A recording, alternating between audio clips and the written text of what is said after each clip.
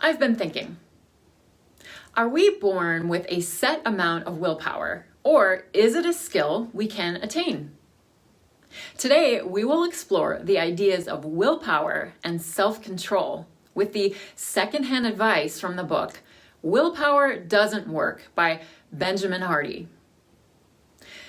Think back to the last time you achieved a goal.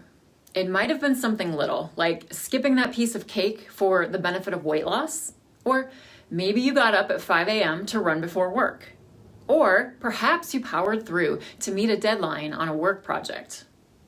Whatever you did, it probably entailed willpower, the ability to make yourself do something you don't want to do. What if you could accomplish things without needing willpower? I will outline strategies for getting things done without wearing yourself out. Today, we'll discuss how evolution has worked against us, how concentrating on failure can help you be successful, and how we can design peak experiences in our lives. It's often stated that willpower is like a muscle. The more you use it, the more you wear it out.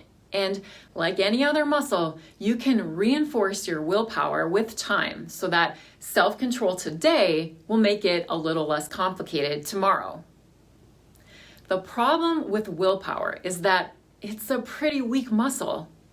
Our self-control capacity is usually exhausted nowadays, but we don't believe that we're to blame.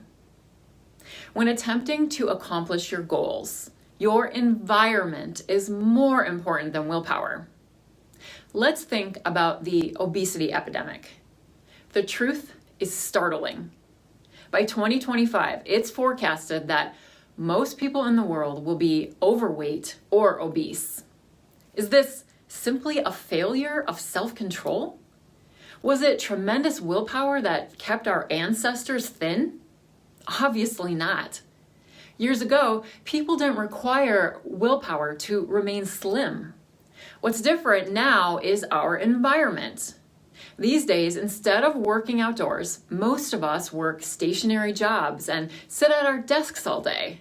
And the sustenance we rely on is typically unhealthy packaged food. Our surroundings have encouraged our weight gain. But luckily, the power of your surroundings can also be used for good.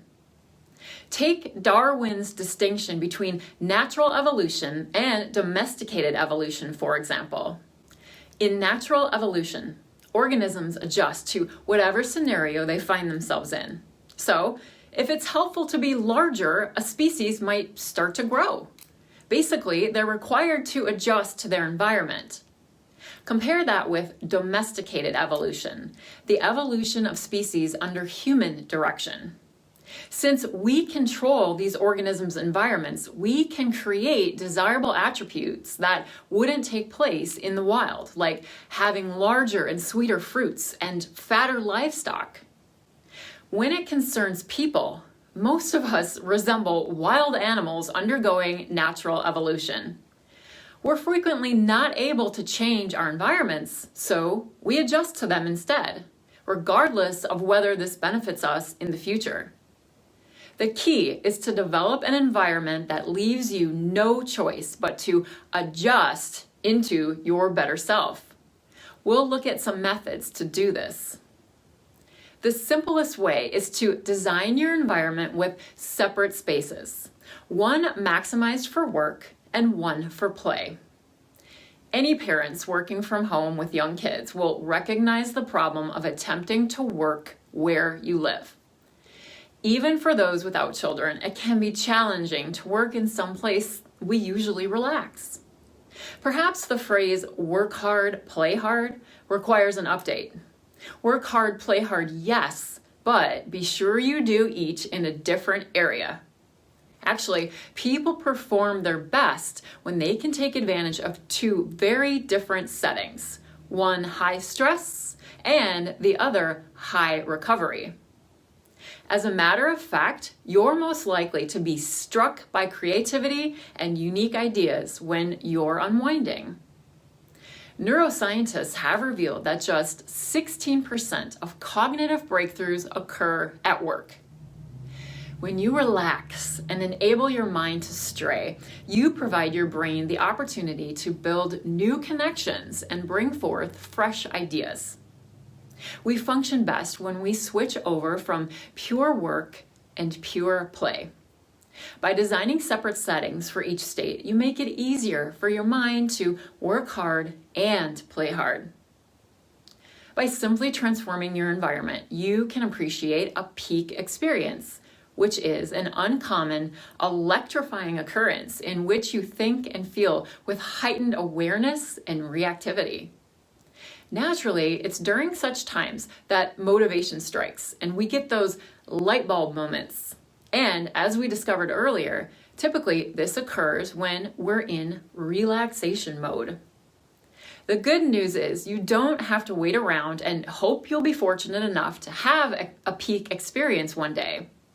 Actually, if you're smart about it, you can make them a regular part of your life. The first step is to disconnect and go somewhere unknown. It can be as easy as a drive 30 minutes from home. When you get there, begin writing. Start by being grateful for everything and everybody you value and reflect on what's occurring in your life. Next, write about your master plans and dreams. What do you wish to accomplish in the next few months? How about in 1 year? What's your life objective? Try to determine your fundamental why. What's your hidden motivation for whatever it is you wish to do? By busting out of your routine in this way and giving yourself time to ponder the big picture ideas, you prepare your mind for peak experiences. One of the many methods we use to get in our own way and obstruct our long-term goals is wasting time on the internet. We've all been there. You're working on a task that becomes challenging, so you reach for your phone. You get burnt out of answering emails, so you check Facebook. Rather than concentrating on your actual task, you surrender to the superficial attractions of the internet. To counter this, you should act decisively now and choose to remove dead weight from your life. Delete any apps that are thwarting your objectives. When you remove distractions from your life, you make certain willpower isn't even a factor. Ultimately, you can't give in to a temptation that isn't available. Once you have temptation-proofed your phone, apply the same concept to your life as a whole. Is there tempting food in your refrigerator that you know you should not eat? Toss it. It's dead weight. You'll be astonished at just how effortless decision-making feels when you do this. Besides, having too many choices can, in fact, be a negative thing. By assessing all of our potential decisions, we usually act in an apathetic and uncommitted manner. As opposed to acting with confidence, we flip-flop back and forth over the details of every little opportunity. This hesitance creates decision fatigue. There's a far better method. Acknowledge the burdens in your life and let them go. Once you recognize the options that fit your goals, get rid of anything else from that picture. An easy way to do this is to take advantage of implementation intentions to guarantee you stay on track. Let's begin with the definition of an implementation intention. It's a kind of preparation that entails identifying how failure might happen, but with the only purpose of preventing it. This approach usually takes the form of if-then feedback. Consider it like this. When you think, the next time I want a soda, I'll drink water instead. You have already used an implementation intention. Your if was the need for a soda, and your then was the decision to drink water as a replacement. The secret here is to adhere to your plan long enough that the if shift to the then is automatic. After a while, it shouldn't be much of a conscious decision at all, and the need for a soda will effortlessly give rise to thoughts of a healthier replacement. In addition to aiding you in resisting temptations, this technique can also make it easier to determine when to stop. When we face significant obstacles, it's easy to get overwhelmed and quit early. However, if you've selected the if, showing it's time to surrender, you can keep giving it your best effort right until you reach your limit. We don't like to be obligated to do things, right? If we assume something needs doing, we can just do it voluntarily. But as you may know, this isn't always the case. We want to start working out, yet we don't. We know we should be making progress on a project, but we continue procrastinating. There are several reasons for these actions, like negligence, discomfort, and fear. However, the outcome is always the same: discontentment and regret for our efforts. Willpower alone is seldom enough, so what can we do to become our ideal selves? One method is to utilize forcing functions. These are self-imposed restrictions that compel you to act in accordance with your goals. For example, if you wish to be more present with your children after work, you may want to think about leaving your phone in the car when you get home. That way, answering calls and responding to text messages isn't even an option, so you force yourself to detach from the world beyond your family. The ability of social pressure is another essential forcing function.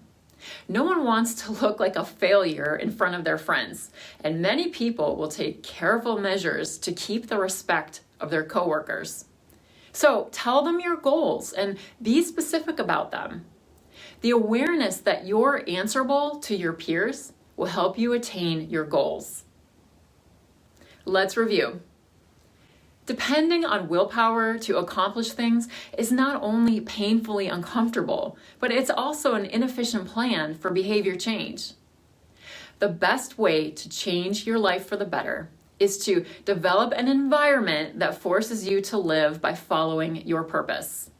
You can do this by using forcing functions and implementation intentions and removing dead weight from your life. Have you had to remove dead weight from your life? What type of environment helps you accomplish your goals? Comment below with your best advice.